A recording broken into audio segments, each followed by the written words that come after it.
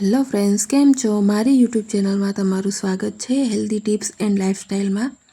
તો ફ્રેન્ડ્સ, આજે આપણે આ વિડીયોમાં જોઈશું કે ઘરમાં રાખો આજે 5 છોડ જેનાથી મચ્છર ભાગી જશે ફટાફટ. તો ચલો જોઈએ કયા કયા છે.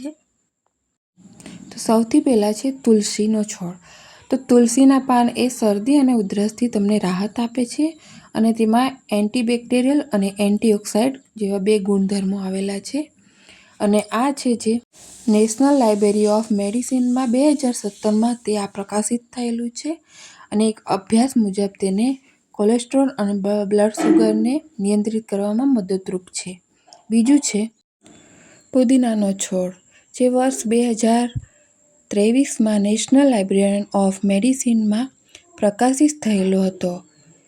એ અભ્યાસક્રમ મુજબ પુદીનાના પાન પાચનતંત્રમાં સુધારો કરે છે.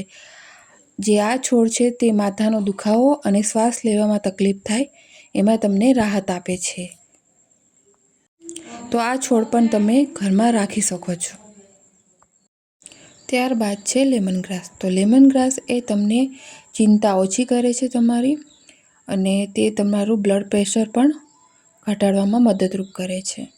ત્યારબાદ બીજું જોઈશું આપણે રોઝમેરી. રોઝમેરી એ તમારું મૂડ બૂસ્ટ કરવાનું કામ કરે છે.